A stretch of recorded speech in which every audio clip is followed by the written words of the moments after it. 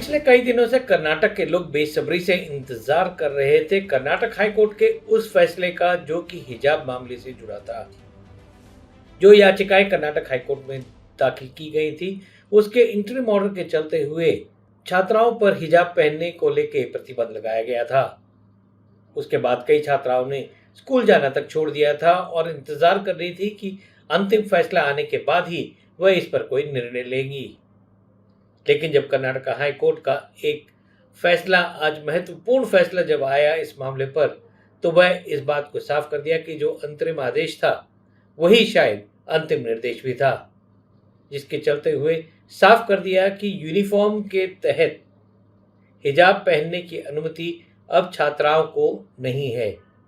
इस मामले में अगर हम पीछे जाएं तो ये बात है उडुपी की, यहाँ पे कि नवंबर दिसंबर से लेकर के जिस तरह का एक तनावपूर्ण माहौल बन गया था, जिसके चलते हुए वहां पर छात्राओं को स्कूल जाने की अनुमति नहीं थी कि जब तक वे हिजाब उतार कर नहीं जाएंगी उन्हें क्लासरूम में नहीं जाने दिया जाएगा, जिसको लेकर के उन्होंने इस पूरे मामले पर चुनौती दी थी कर्नाटक हाईकोर्ट में। और कर्नाटक हाईकोर्ट के अंतरिम आदेश के तहत उन पर प्रतिबंध लगाया गया था कि वे अगर हिजाब नहीं उतारेंगी तो वे क्लास में नहीं जा पाएंगी, जिसको लेकर के कुछ छात्राओं ने विरोध प्रदर्शन किया और उन्होंने कई अपनी क्लासेस और इंटरिम एग्जाम भी मिस किए। लेकिन अब ये फैसला आने के बाद सवाल खड़ा हो गया है इन छात्राओं के भविष्य को लेकर के कि क्या वे अभी भी इस टकराव के रास्ते पर चलेगी। इसको लेकर के काफी विवाद आने वाले दिनों में भी देखने को मिलेगा, लेकिन कम्युनिटी के लोग और उडुपी क्षेत्र के विधायक भी इस बात को लेकर के अपील करते हैं कि छात्राओं के भविष्य को देखते हुए कोई सॉल्यूशन निकलना चाहिए। यूटी कादर जो कि विधायक है कांग्रेस के, उन्होंने साफ तौर से अपील की इन छात्राओं के माता पिता से कि वह इस मामले में ये सोचे कि छात्राओं का भविष्य खराब ना हो, उनकी क्लासेस आगे चलते हुए न मिस हो।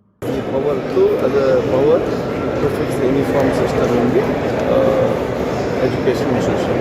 So everyone will abide and respect the high court decision. Karnataka high court के इस फैसले में, जो कि 129 पेज लंबा फैसला था, बार बार जिक्र किया गया है कि क्या हिजाब अनिवार्य है और यूनिफॉर्म की एक डेफिनेशन जो होती है वह क्या होती है।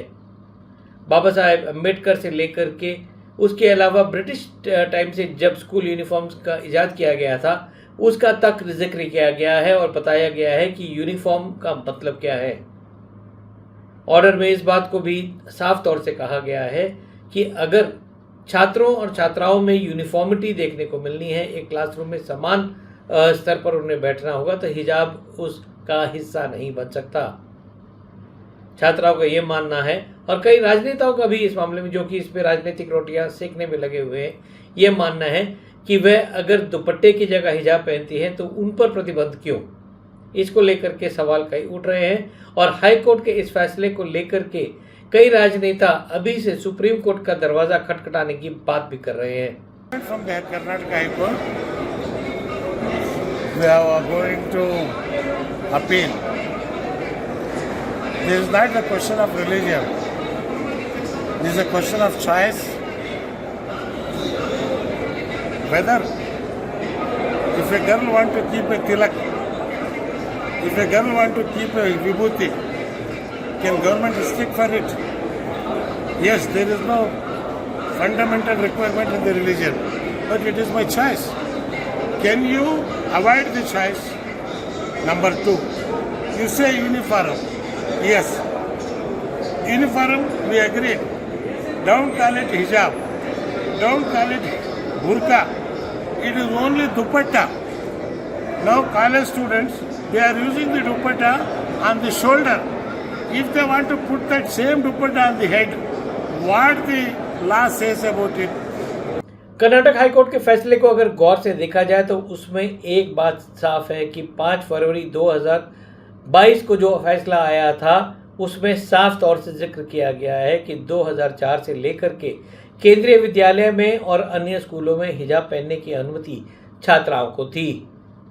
इसका फैसला जहां तक सरकारी स्कूल है, सरकारी डायरेक्टर्स कर सकते हैं, ये कॉलेज डेवलपमेंट कमिटीज़ हैं जो कि PUC लेवल पर इसका फैसला कर सके हैं।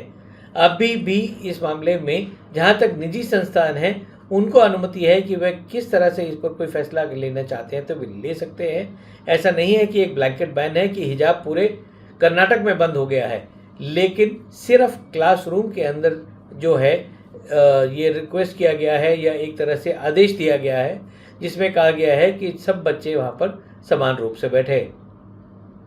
पिछले कई दिनों में इस मामले को लेकर के जिस तरह से तूल पकड़ा और जिस तरह से काफ़ी नाराज़गी लोगों के खास करके अभिभावकों के बीच में देखी गई, उसमें एक बात तो साफ थी कि कर्नाटक हाई कोर्ट के जो माइनॉरिटी डेवलपमेंट डिपार्टमेंट है उन्होंने भी कई कदम उठाए हैं। जब ये मामला ने तूल पकड़ा था और जिस तरह से हमने घटनाएं देखी थी कि स्कूल के गेट पर ही हिजाब उतारने को कहा जा रहा था, उसके बाद से लेकर के अब तक लगभग हर स्कूल में एक चेंजिंग रूम बनाया गया है जहाँ पे कि ये छात्राएं अपना हिजाब उतारकर वापस क्लासरूम में जा सकती हैं या वापस निकलने के टाइम पर वह हिजाब पहनकर कैंपस के बाहर आ सकती हैं।